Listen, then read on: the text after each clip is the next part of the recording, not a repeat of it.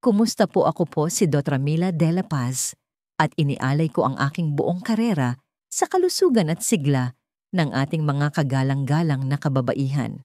Ngayon, nais kong kausapin kayo tungkol sa isang bagay na napakahalaga para sa mga babae habang sila ay nagkakaedad, ang balanse ng hormones.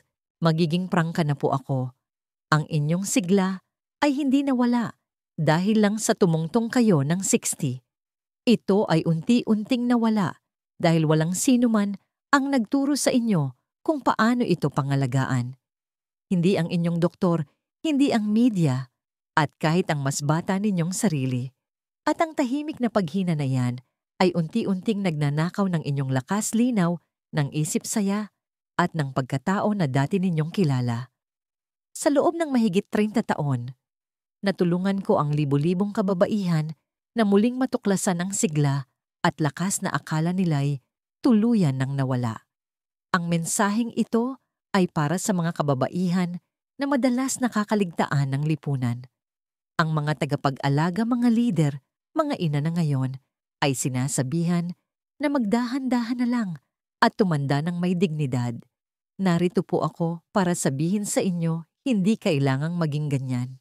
Dahil ang katotohanan, nakakita na ako ng mga babaeng 70 taong gulang na mas masigla pa kaysa sa mga babaeng nasa 30s. Ang pagkakaiba, alam nila ang ibabahagi ko sa inyo ngayon. Sa susunod na ilang minuto, ipapakita ko sa inyo ang 5 natural at siyentipikong paraan upang maibalik ang balanse ng inyong hormones, patalasin ang isipan at muling pag-alabin ang apoy sa inyong kalooban. Bigyan ninyo ng pansin ang ika-4 na sikreto. Ito ang madalas na hindi napapansin ng karamihan, ngunit dito nakasalalay ang kapangyarihang baguhin ang lahat. Bago tayo magsimula, kung ang mensaheng ito ay tumatagos sa inyong puso, maglaan po kayo ng 1 segundo para pindutin ang subscribe at i-on ang notifications. Nagbabahagi ako ng mga simple ngunit epektibong health tips na para mismo sa mga babaeng tulad ninyo. At kung ang video na ito ay makatulong sa inyo sa anumang paraan, i-type ang 1 sa comments. Kung hindi naman i-type ang 0. Ang inyong feedback ay nakakatulong sa akin upang mas mapagsilbihan ko kayo. Ngayon, simulan na natin ang unang sikreto. At ito ay napakahalaga dahil ang inaakala ng karamihan na pagtanda ay kadalasan kapabayaan lamang. Hindi sumuko ang inyong katawan. Naghihintay lang ito ng dahilan upang lumaban muli. Unang sikreto. Ang lakas ay hindi nawawala, ito ay pinababayaan. Karamihan sa mga kababaihan ay naniniwala na kapag dumating na ang menopause, ang lakas ng kanilang buto at kalamnan ay basta na lang maglalaho na parang bula. Nakikita nila ang paglambot sa kanilang baywang nararamdaman, ang bagong kawalan ng balanse sa kanilang mga hakbang at iniisip, ganito na siguro talaga ang pagtanda. Ngunit ang paniniwalang yan ay hindi lang nakalilito, ito ay nakasasama. Ang katotohanan ng inyong lakas ay hindi nawala dahil sa edad. Ito ay nawala dahil sa paglipas ng panahon, hindi na natatanggap ng inyong katawan ang mga senyales para panatilihin ito. Ang inyong musculoskeletal system ay isang use it or lose it na sistema. Noong tayo ay mas bata pa, mas madalas tayong kumikilos nang hindi man lang iniisip. Paghahalaman, pagbubuhat ng pinamili, paghabol sa mga bata, pagsasayaw. Palagi nating sinasabi sa ating mga kalamnan at buto, kailangan kayo. Ngunit habang tayo ay nagiging mas kalmado sa pagreretiro o mas madalas na nakaupo dahil sa mga sakit rutina o kaginhawahan, ang mga senyales na yon ay nawawala. At kapag nawala ang mga senyales na yon, ang inyong katawan na laging naghahangad ng kahusayan ay nagsasabi na lang, sige, hindi na natin ginagamit ang bone at muscle density na ito. Isara na natin. Ang proseso ng pagkawala ng buto ay tinatawag na osteoporosis at para sa kalamnan, sarcopenia. At bagamat karaniwan ang mga ito sa pagtanda, hindi ibig sabihin ay hindi na ito maibabalik. Ang inyong katawan ay napakasensitibo kahit sa edad na 60s, 70s at higit pa. Nakakita na ako ng mga babaeng nasa huling bahagi ng kanilang 70s na naibalik ang katatagan na hindi nila naramdaman sa loob ng mga dekada sa pamamagitan lamang ng muling pag-activate ng memorya ng kanilang katawan. Hindi ninyo kailangang magbuhat ng mabibigat o mag-aksaya ng oras sa gym. Hindi ninyo kailangan ng trainer o mamahaling kagamitan. Ang kailangan ninyo ay pagiging consistent at sinasadyang pagkilos na weight-bearing. Magsimula sa maliit. Maglakad ng 5 sa minuto. Tuwing umaga dagdagan ng ilang mabilis na paglakad. Subukan ang mga bodyweight exercise tulad ng wall push-ups o chair squats. Ang mga simpleng karagdagang ito ay dahan-dahang gumigising sa inyong katawan. Hindi ninyo sinusubukang magmukhang bodybuilder. Sinasabi ninyo sa inyong katawan, narito pa ako. Kailangan ko pa ang lakas na ito.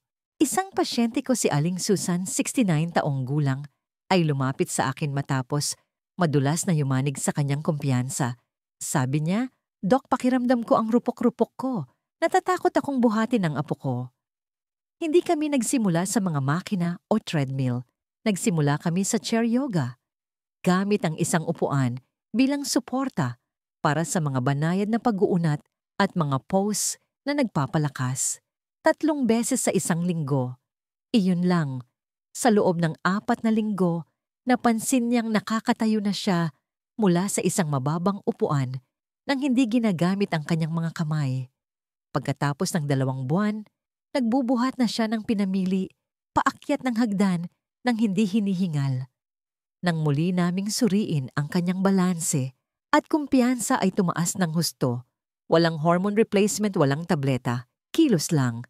Ang hindi na pagtatanto ng karamihan sa mga kababaihan ay ang inyong mga kalamnan at buto ay isa sa inyong pinakamalalaking kakampi sa hormonal. Ang weight-bearing exercise, kahit na magaan, ay nagbibigay senyales sa inyong katawan na i-regulate ang insulin at cortisol na lumilikha ng mas malusog na kapaligiran para sa inyong mga hormones upang mahanap ang balanse. Sinasabi nito, "Hoy, may trabaho pa tayo. Mas mabuting patibayin ang sistema." Nakikinig ang inyong katawan. Hindi lang pinoprotektahan ng lakas ang inyong mga buto, ngunit tumutulong din itong i-regulate ang blood sugar, pinapabuti ang balanse, pinoprotektahan ang mga kasukasuan, at oo, pinapatalas pa nito ang inyong pag-iisip. Ngunit hindi lang ito tungkol sa biology. Ang pagbabalik ng lakas ay may mas malalim na epekto, ibinabalik nito ang dignidad. Nakakita na ako ng mga babaeng nahihirapang magbukas ng garapon na naibalik ang sapat na lakas ng kamay para magawa itong muli. Hindi lang sila nakakaramdam na mas malakas, mas taas noo silang tumatayo, mas madalas silang tumatawa. Kumikilos sila sa mundo ng may kumpiyansa. At ang kumpiyansang yon ay nakakaapekto sa lahat, sa kanilang postura, sa kanilang pakikipag-usap, kahit na sa paraan ng kanilang muling pagkonekta sa kanilang mga partner. Maaaring iniisip ninyo, huli na para sa akin. Gusto kong sabihin sa inyo ngayon, hindi pa. Nakakita na ako ng mga babaeng nasa 80s na napabuti ang kanilang bone density balance at lakas sa paraang ikinagulat maging ng kanilang mga doktor. Nagsisimula ito sa isang desisyon, itigil ang pagpapabaya sa inyong katawan at simulan ang pakikipagtulungan dito. At linawin ko po, hindi ito tungkol sa pagpaparusa sa sarili sa ehersisyo o paghahabol sa kabataan. Ito ay tungkol sa pagbawi ng sigla, hindi para sa itsura, kundi para sa layunin. Para buhatin ang inyong apo nang walang sakit umakyat ng hagdan, nang walang takot gumising at maramdamang muli na kaya ninyo. Kaya kung kayo ay naniniwala na ang kahinaan ay bahagi lang ng pagtanda oras na para baguhin ang kwentong yan, ang inyong lakas ay hindi nawala. Ito ay naghihintay. At sa sandaling magsimula kayong kumilos nang may intensyon, tutugon ang inyong katawan ng mas mabilis kaysa sa inaakala ninyo. Ngunit narito ang nakakagulat na bahagi, hindi lang pagkilos ang tahimik na sumisira sa inyong hormonal harmony. Sa katunayan, merong isang bagay na nasa karamihan ng mga kusinang Pilipino ngayon na mas malaki ang pinsalang idinudulot kaysa sa pagtanda. At malamang kumain kayo nito kaninang umaga. Pag-usapan natin yan sa susunod. Kung nandito pa kayo at nakakatulong sa inyo ang mga kaalamang ito, i-type ang numerong 1 sa comments para ipaalam sa akin na kasama ko kayo sa landas na ito. Ngayon magpatuloy tayo. Marami pa kayong kailangang marinig. Ikalawang sikreto. Ang asukal ay nagnanakaw ng inyong sigla. Sa loob ng maraming taon, sinabihan kayo na ang taba ang kontrabida sa inyong pagkain. Na ang pagkain ng itlog, mantikilya o abokado ay magbabara sa inyong mga ugat at magpapataba sa inyo. Kaya tinanggal ninyo ang taba, kumuha ng mga low-fat yogurt granola bar, mga fruit juice na may tatak na heart healthy. Akala ninyo tama ang ginagawa ninyo, ngunit habang sinusubukan ninyong protektahan ang inyong puso, may ibang tahimik na inaatake, ang inyong hormonal balance. Ang tunay na kalaban ay hindi ang healthy fat, ito ay ang asukal. At hindi lang ito nasa cookies o soda. Nasa inyong breakfast cereal, sa inyong salad dressing, sa healthy smoothie na binili ninyo sa tindahan. Nakatago ito sa likod ng mga pangalan tulad ng glucose, fructose, corn syrup, at kahit na natural sweeteners. Hindi lang nagdaragdag ng pulgada sa inyong baywang ang asukal, hinahak nito ang inyong mga hormones. Sa tuwing kumakain kayo ng asukal, tumataas ang inyong insulin, tumataas ang inyong cortisol levels, at ang maselang hormonal symphony ng inyong katawan ay nagkakagulo sa loob ng ilang oras. Isang pag-aaral mula sa Philippine General Hospital ang natuklasan na ang isang dosis lang ng asukal ay maaaring makabuluhang supilin ang mga mahahalagang hormones na tumatagal ng higit sa 2 oras. Ngayon, isipin ninyo iyan. Kung umiinom kayo ng sweetened latte, kumakain ng tinapay na may jam, o isang mangkok ng cereal, sa umaga, sinisimulan ninyo ang inyong araw na umatras na ang inyong mga hormones. Nakita ko na ito sa aking praktika nang hindi mabilang na beses, mga babaeng nasa 60s, 70s, kahit na sa unang bahagi ng 80s na dumarating na may mga reklamo ng pagkapagod, matigas na taba sa tiyan, mahinang pagtulog at kawalan ng interes sa buhay. Iniisip nilang bahagi lang ito ng pagtanda. Ngunit kapag sinuri namin ang kanilang mga food logs, halos palaging pareho ang pattern asukal na sumisingit sa mga pagkain buong araw, hindi sa anyo ng mga dessert, kundi sa mga tila hindi nakapipinsalang health foods. Hayaan ninyong ikwento ko si Diana, isang retiradong guro. Si 6 taong gulang. Lumapit siya sa akin na pakiramdam niya'y kumukupas na siya iyon ang kanyang salita. Naglalakad siya araw-araw, umiinom ng kanyang mga bitamina, nananatiling aktibo sa kanyang book club, ngunit hindi niya maalis ang timbang o ang parang ulap sa kanyang isipan. Ang kanyang lab work ay nagpakita ng hormonal imbalances na tugma sa kanyang mga sintomas. Hindi malala ngunit hindi rin pinakamainam. Nang tingnan ko ang kanyang pagkain, sinisimulan niya ang bawat araw na may saging, isang basong orange juice, at isang whole grain English muffin na may jelly. Ang tanghalian ay isang turkey wrap na may matamis na dressing at isang low-fat yogurt. Ang hapunan ay pasta na may isang baso ng alak at marahil isang scoop ng sorbet. Hindi inakala ni Diana na masama ang kanyang kinakain, ngunit ang kanyang blood sugar ay parang roller coaster at ang kanyang mga hormones ang nagbabayad ng presyo. Gumawa kami ng ilang pagbabago. Pinalitan ng orange juice ng tubig o black coffee. Ipinalit sa muffin at jelly ang mga itlog na niluto sa olive oil na may kalahating abokado sa gilid. Ibinalik namin ang healthy fats sa kanyang dieta, mga mani-matatabang isda, tunay na mantikilya, full-fat dairy. Sa loob ng 6 na linggo, bumalik ang kanyang lakas. Nabawasan ang kanyang mga hot flashes at ang taba sa tiyan na matagal na niyang nilalabanan ay nagsimulang lumiit. Ang inyong mga hormones ay binuo mula sa taba at kolesterol, hindi asukal. Ang healthy fats ay ang mga building blocks para sa estrogen at progesterone. Iyon ang dahilan kung bakit ang mga low-fat diet ay nag-iwan sa napakaraming matatandang babae na naubusan hindi lang sa pisikal kundi pati na rin sa emosyonal. Kapag ang inyong mga hormones ay pinipigilan ng asukal, bumababa ang inyong motibasyon, pumurol ang inyong memorya, bumabagal ang inyong paggaling. Hindi ninyo nararamdaman ang inyong sarili at sa paglipas ng panahon, nakakalimutan ninyo kung ano ang pakiramdam na maging ganap na buhay. Ang pagbabawas ng asukal ay hindi nangangahulugang hindi na muling masisiyahan sa pagkain.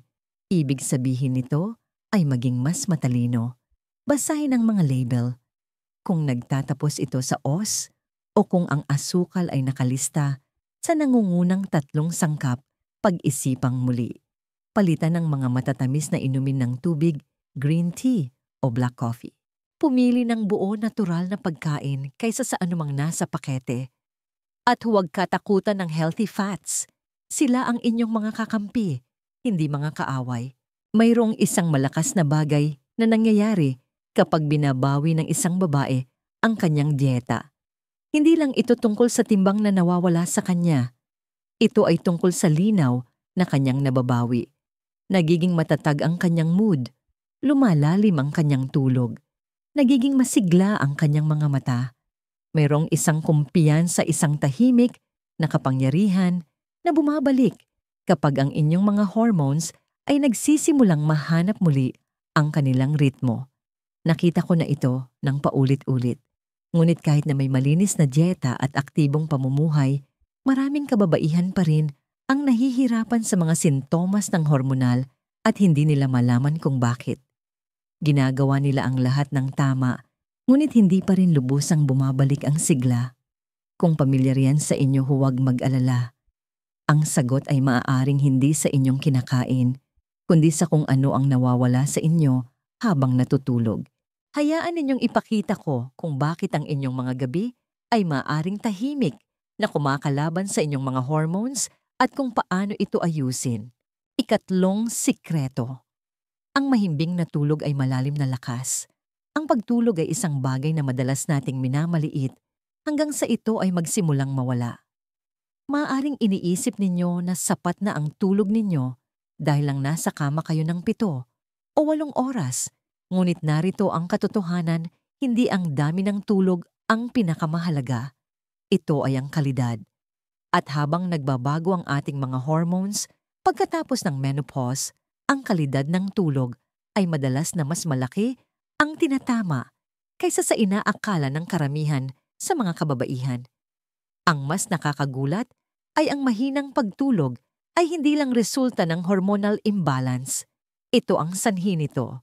Ginagawa ng inyong katawan ang karamihan sa kanyang pag-aayos at hormonal regulation sa mga pinakamalalim na yugto ng pagtulog. Hindi sa magaan na pag-idlip, hindi sa mga hindi mapakali at pinagpapawisang gabi. Ang tinutukoy natin ay ang mahimbing slow wave na tulog.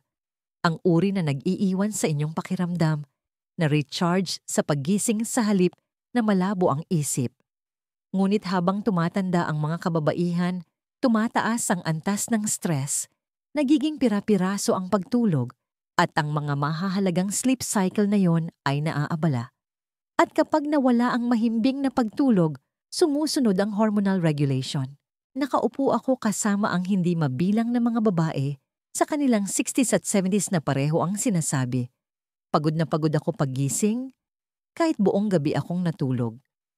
Maaaring madali silang makatulog, ngunit pagkatapos ay magigising sila ng 2 ng umaga na mainit at pinagpapawisan o nakahiga sa kama na iniisip ang lahat mula sa kanilang susunod na appointment sa doktor hanggang sa mga alaala mula 30 taon na ang nakalipas. Ang patuloy na siklo ng sirang pahinga ay hindi lang sila iniiwang pagod. Iniiwan nitong ubos ang hormones ng kanilang katawan. Ang hindi alam ng karamihan sa mga kababaihan ay kahit isang masamang gabi ng pagtulog ay maaring magpataas ng cortisol levels, kinabukasan na sumisira sa maselang balanse ng estrogen at progesterone. At kung maging ugali iyan, linggo, buwan, taon ng mahinang pagtulog, makikita ninyo kung bakit napakaraming kababaihan ang nahihirapan sa mababang enerhiya, pagiging magagalitin, pagtaba at pagkawalan ng saya kahit na ang kanilang blood work ay hindi sumisigaw ng problema sa hormone. Ang pagtulog ay hindi isang luho. Ito ay hormone therapy na nakapaloob sa inyong biology. Ngayon, ang pagkagambala sa pagtulog ay maaring mangyari sa maraming dahilan. Ang ilan sa kanila ay pisikal, tulad ng sleep apnea, na mas karaniwan sa mga postmenopausal na kababaihan kaysa sa inaakala ninyo, ngunit marami ay dahil sa kapaligiran o gawi. Masyadong maraming ilaw, bago matulog paggamit ng screen sa gabi, hindi regular na oras ng pagtulog o pagkain ng malapit sa oras ng pagtulog ay maaaring makagambala sa produksyon ng melatonin at maantala ang pagsisimula ng mahimbing na pagtulog. Kahit ang pag-aalala tungkol sa inyong pagtulog ay maaaring kabalintunaan na magpalala nito. Iyon ang dahilan kung bakit tinuturuan ko ang aking mga pasyenteng babae na ituring ang pagtulog na parang isang sagradong ritual. Hindi isang bagay na pasibo, kundi isang bagay na aktibong pinoprotektahan. Gumawa ng isang sleep sanctuary. Walang TV sa kwarto. Walang kumikinang na screen pagkatapos ng 9 horon ng gabi. Walang huling caffeine o alak na maaring mag-trigger ng hot flashes at makagambala sa pagtulog. Palamigin ang kwarto. Gumamit ng blackout curtains. At marahil, ang pinakamahalaga, matulog at gumising sa parehong oras araw-araw. Kahit na sa katapusan ng linggo, hayaan ninyong ikwento ko si Aling Jane, isang 22 taong gulang na dating nurse. Lumapit siya sa akin na bigo sinasabing mahigit isang dekada na siyang hindi nakakatulog ng mahimbing. Nagigising siya ng maraming beses sa isang gabi, laging groggy sa umaga.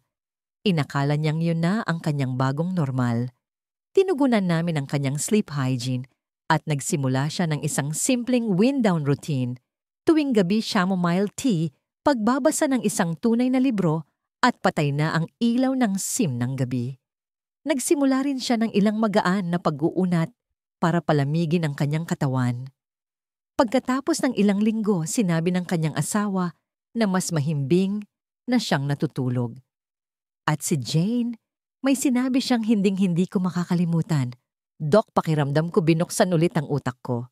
Iyan ang kapangyarihan ng mahimbing na pagtulog. Hindi lang ito tungkol sa pahinga. Ito ay isang kompletong pag-reset. Kapag bumuti ang inyong pagtulog, lahat ay bumubuti. Ang inyong hormonal system ay maaaring magbalanse muli.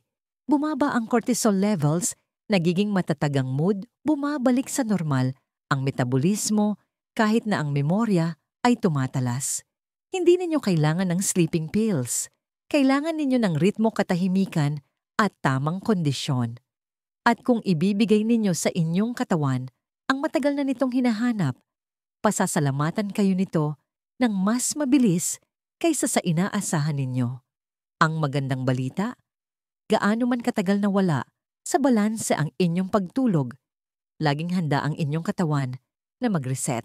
Ang mahimbing na pagtulog ay isa sa pinakamabilis at pinakamabisang paraan upang muling pag-alabin ang inyong natural na hormonal harmony ng walang gamot.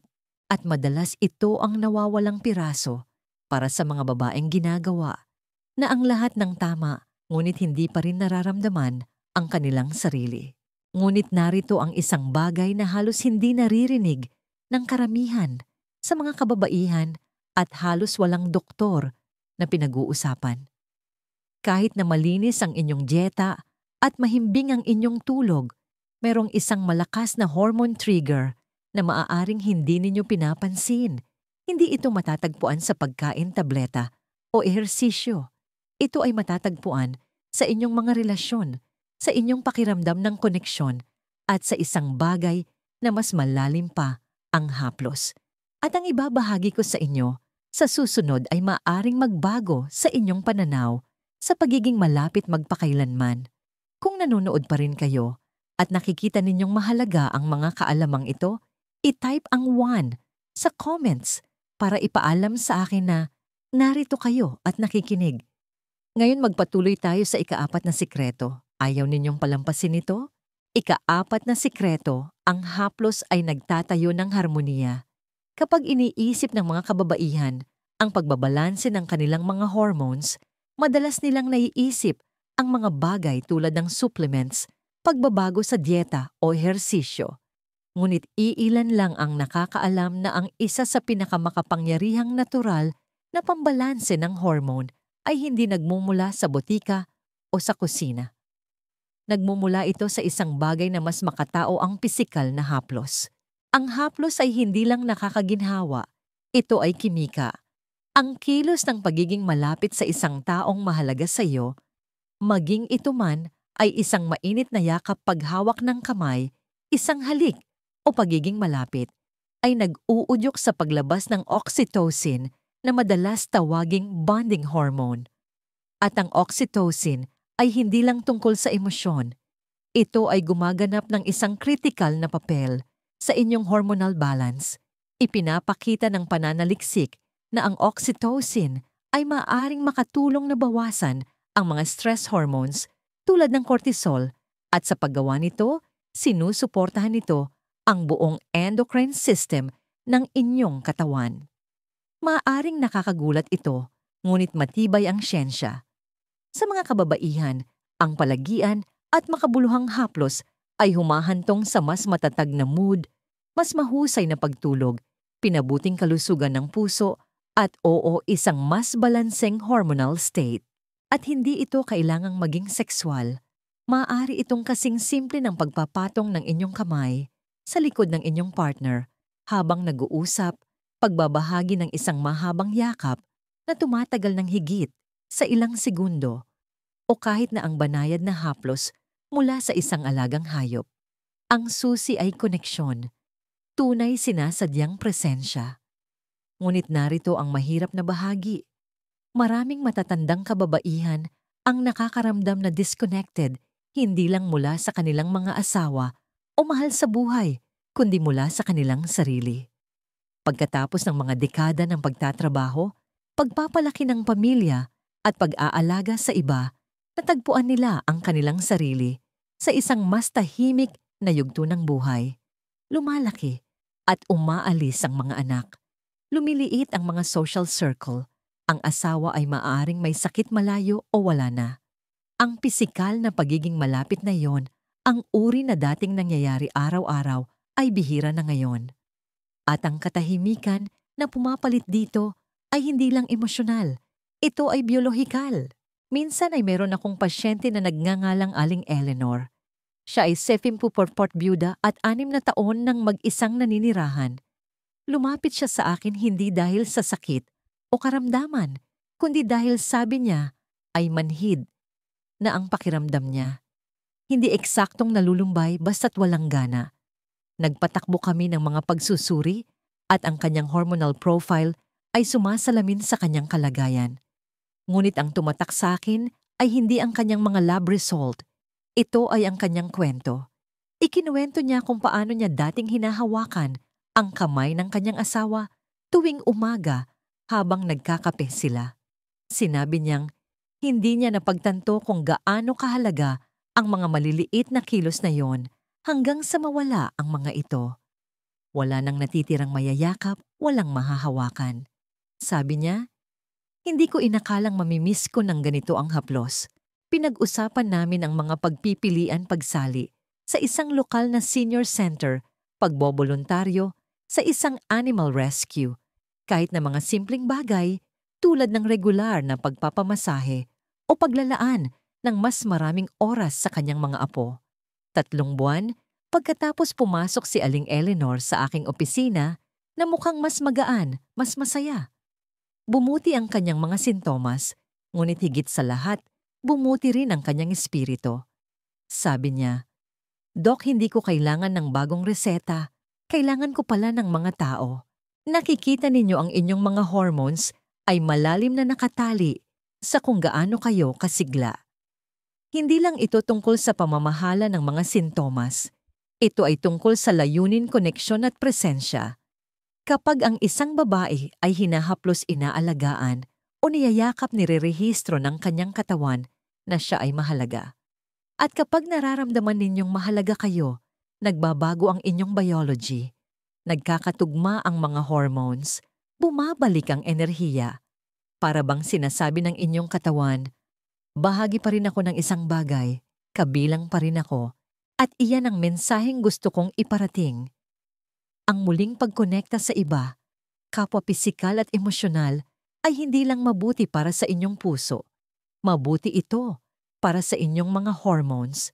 Maging ito man ay sa pamamagitan ng pamilya, komunidad, mga alagang hayop, malalapit na kaibigan o mga bagong relasyon, humanap ng mga paraan upang anyayahan ang haplos at koneksyon pabalik sa inyong buhay. Maaaring hindi ito komportable sa simula, lalo na kung matagal na, ngunit makikilala ito ng inyong katawan at pasasalamatan kayo nito. Hindi kayo nilikha para pagdaanan ng yugtong ito ng buhay na pakiramdam ay invisible o hindi nahahawakan. Walang kahinaan sa pangangailangan ng koneksyon. Sa katunayan ng paghahanap nito ay maaaring isa sa pinakamalakas na bagay na magagawa ninyo para sa inyong kalusugan at para sa inyong espiritu. Dahil ang uri ng hormonal harmony na tumatagal ang uri na nagpapanatili sa inyong matalas na pag-iisip, matatag sa emosyon at masigla sa pisikal, ay hindi lang binuo sa kusina. Ito ay binuo sa mga tahimik, palagiang sandali ng tunay na pagiging malapit sa kapwa. Gayunpaman, kahit na maayos na ang pagkilos, nutrisyon, pagtulog at koneksyon, may isa pang piraso sa puzzle na ito. Isa na ganap na naninirahan sa isipan. Ito ang boses na walang nakakarinig, kundi kayo. At kung ang boses na yon ay puno ng pagdududa, kritisismo o pagkatalo, walang pisikal na pagbabago ang mananatili dahil hindi maaring gumaling ang inyong katawan habang ang inyong isip ay nakikipagdigma. Sa susunod na sikreto, tutuklasin natin kung paano ang inyong panloob na dialogo ay maaaring ang pinakamalaking hadlang o ang pinakadakilang tagumpay na hindi ninyo nakita. Ikalimang sikreto, maaaring patayin ng inyong isipan ang inyong sigla. Isa sa mga pinakahindi napapansing sanhi ng hormonal imbalance ay wala sa inyong katawan. Ito ay nasa inyong isipan. Ito ang panloob na boses na kasama ninyo araw-araw. Ang mga iniisip ninyo kapag tumitingin kayo sa salamin, ang paraan ng pakikipag-usap ninyo sa inyong sarili kapag walang ibang tao sa paligid. Ang boses na yon ay maaaring magpalakas sa inyo o dahan-dahang magpabagsak sa inyo. At para sa napakaraming kababaihan, lalo na habang sila ay tumatanda, ito ay nagiging tahimik na pamatay ng enerhiya, motibasyon at kalusugan ng hormones. Nakikita ninyo ang inyong mga hormones ay hindi lang tumutugon sa kung ano ang inyong kinakain o kung gaano karami ang inyong ehersisyo. Tumutugon sila sa inyong mental na kapaligiran. Ang talamak na stress, hindi na lutas na emosyon, patuloy na pag-aalala.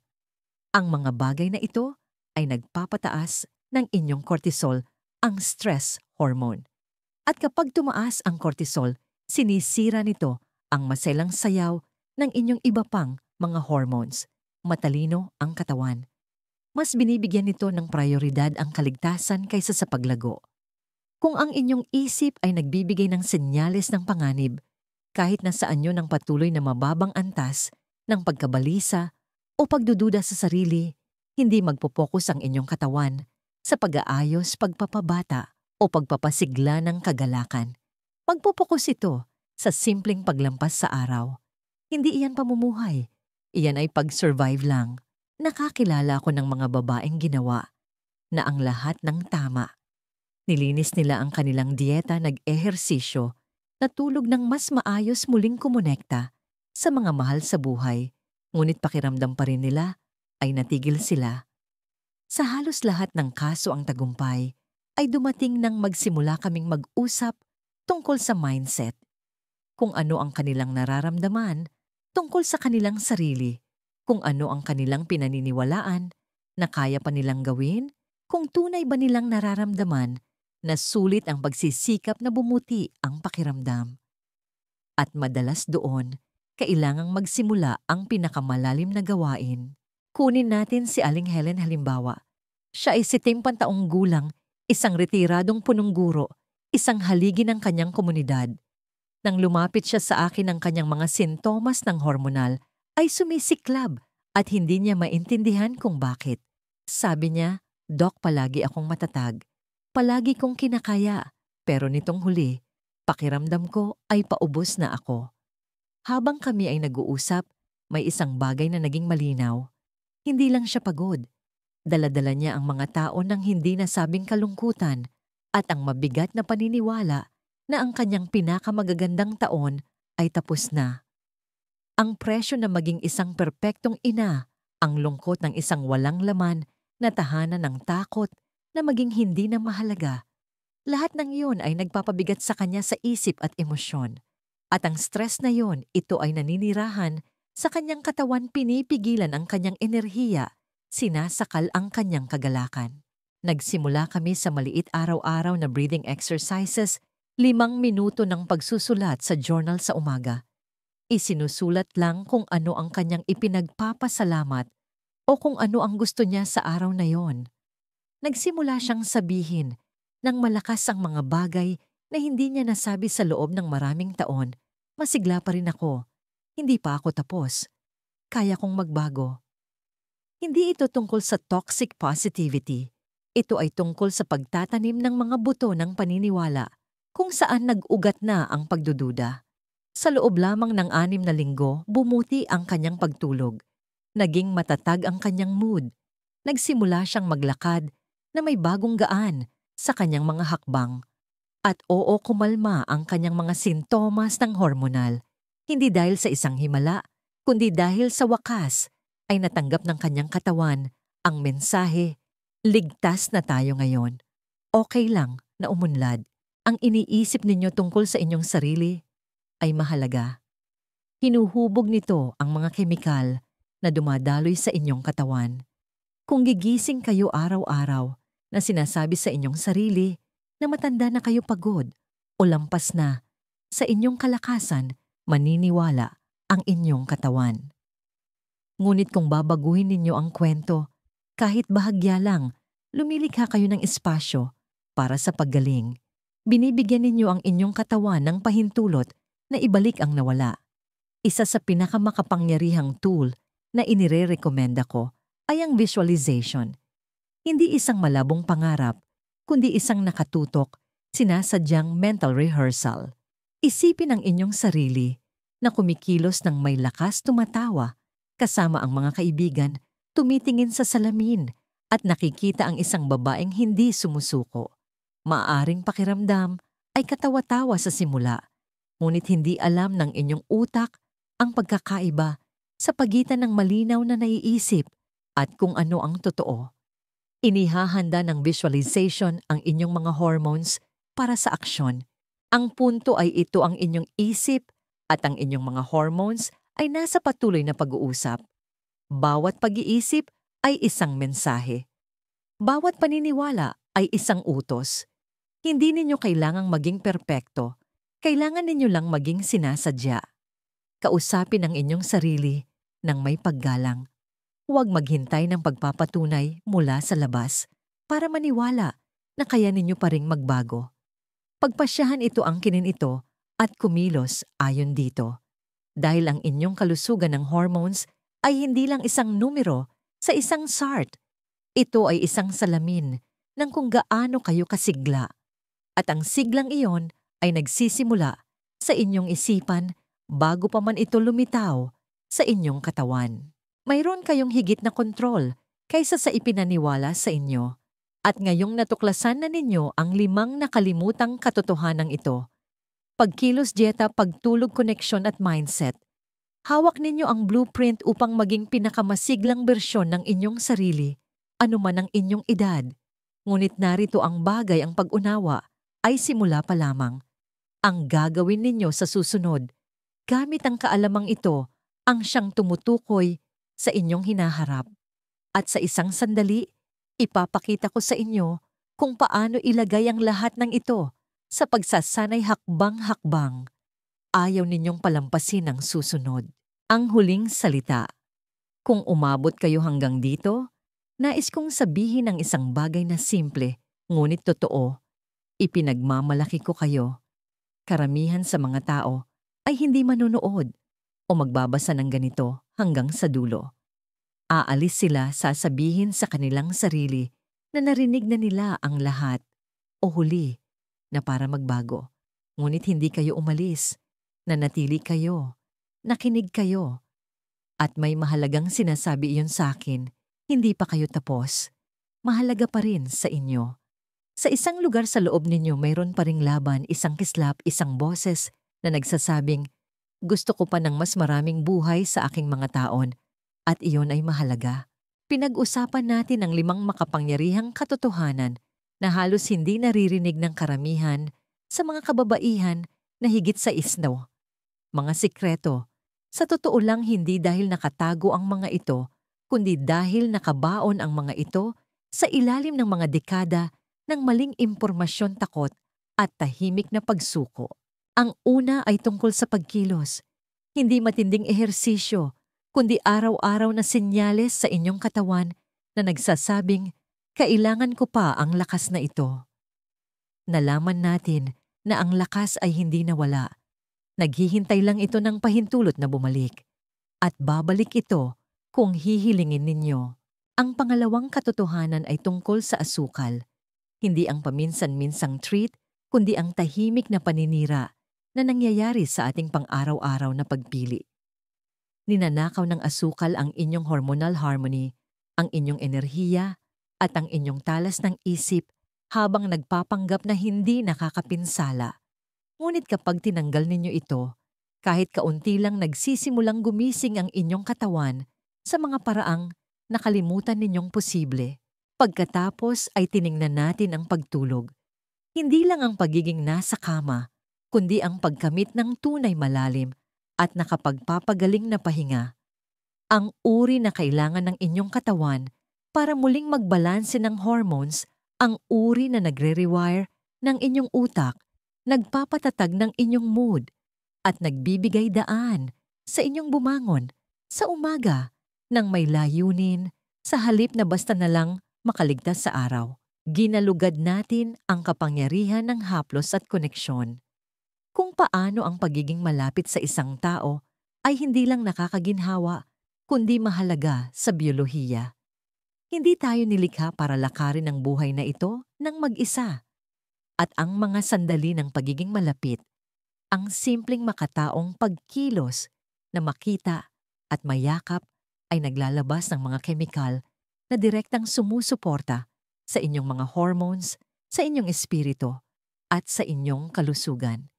Hindi kayo masyadong matanda para kumonekta. Hindi kayo masyadong malayo para makaramdam muli.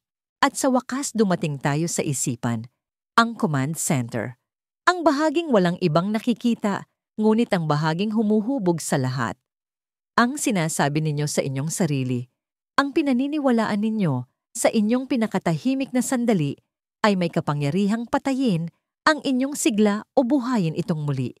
Maaari ninyong pakainin ang inyong katawan ng lahat ng tamang pagkain, kumilos araw-araw, at matulog ng 8 oras sa isang gabi.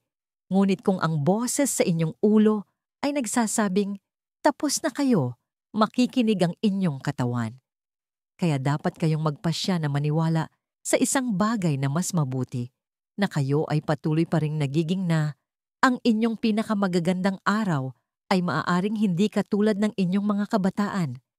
Ngunit maaari silang maging mas makabuluhan kung pipiliin ninyong isabuhay ang mga ito ng may intensyon. Alam ko ang lahat ng ito dahil nabuhay ako rito hindi lang bilang isang doktor, kundi bilang isang babaeng nakasama sa paglalakbay ng libu-libong iba pa na tulad ninyo. Tumingin ako sa mga mata ng mga babaeng sinabihan ng mundo na wala na silang maiaalok at nakita ko ang mga parehong babaeng iyon na muling nagliwanag nang mapagtanto nilang hindi pa tapos ang kanilang kwento. Nagkaroon ako ng mga pasyente na lumapit sa akin pagkatapos ng isang buhay na pagwawalang bahala sa kanilang kalusugan na nahihiya walang pag-asa o pagod na lang at nakita ko silang bumangon. Hindi sa isang gabi, hindi nang walang pagsisikap, ngunit bumangon sila dahil gumawa sila ng desisyon na itigil ang paghihintay, sa iba na iligtas sila at sa halip ay gumawa ng isang hakbang pasulong. Marahil ang hakbang na yon para sa inyo ay isang paglalakad sa paligid ng inyong lugar o pagluluto ng mas masustansyang almusal. Marahil ito ay ang sa wakas ay pagtulog sa tamang oras o pakikipag-ugnayan sa isang taong matagal nang malayo sa inyo. Marahil ito ay ang pagsusulat ng isang bagay na ipinagpapasalamat ninyo tuwing umaga, kahit na maikli ang listahan. Ang mahalaga ay magsimula kayo. Hindi bukas, hindi sa susunod na buwan, kundi ngayon. Dahil mabilis ang takbo ng panahon at kung mas maaga kayong magsisimula, mas maagang makakabalik ang inyong katawan, ang inyong enerhiya at ang inyong pagkatao. At kung nagtataka kayo, paano kung mabigo ako? Narito ang katotohanan, hindi na kayo nabigo. Umabot kayo dito, nakinig kayo, natuto kayo, at mas marami na kayong kasangkapan ngayon kaysa sa karamihan ng mga kababaihan. Ang tanging tunay na kabiguan ay ang hindi paggawa ng anuman. Lahat ng iba pa ay pag-unlad. Kaya narito ang aking huling salita sa inyo, hindi bilang isang doktor, kundi bilang isang babaeng gumagalang sa kung saan kayo nanggaling at naniniwala sa kung saan kayo patungo. Hindi kayo ang inyong lab results. Hindi kayo ang inyong nakaraan. Hindi kayo masyadong matanda, masyadong sira o huli na. Narito pa rin kayo, humihinga pa rin. At hanggat totoo iyan, meron kayong hinaharap na sulit ipaglaban. Ngayon, kunin ninyo ito. Isang aral sa buhay na dapat tandaan. Ang pinakamahalagang aral na natutunan ko at isa na sana ay isa puso ninyo ay ito. Ang inyong katawan ay laging nakikinig at laging handang gumaling basta't mabigyan ng tamang senyales. Mula man sa pagkain na inyong kinakain, sa kilos na inyong ginagawa, sa pahingang inyong binibigyang halaga, sa koneksyon na inyong pinapalago, o sa mga kaisipang inyong nililinang, meron kayong malalim na kapangyarihan na impluwensyahan ang inyong kagalingan sa anumang edad. Hindi pa huli ang lahat para isulat muli ang inyong kwento at bawiin ang inyong sigla. Kung ang mensaheng ito ay nagsalita sa inyo, paki-like po ang video na ito para ipaalam sa iba na ito ay mahalaga. Mag-subscribe po kayo para sa mas maraming kaalaman tungkol sa pamumuhay ng inyong pinakamalusog at pinakamasiglang buhay. I-share niyo po ito sa isang kaibigan, kapatid ina, o sino man sa inyong buhay na kailangang marinig na hindi pa huli ang lahat para gumawa ng pagbabago. At sa mga komento sa ibaba, sabihin ninyo sa akin ano ang isang pagbabago na handa ninyong gawin simula ngayon. Ang inyong kwento ay maaring maging inspirasyon na kailangan ng iba.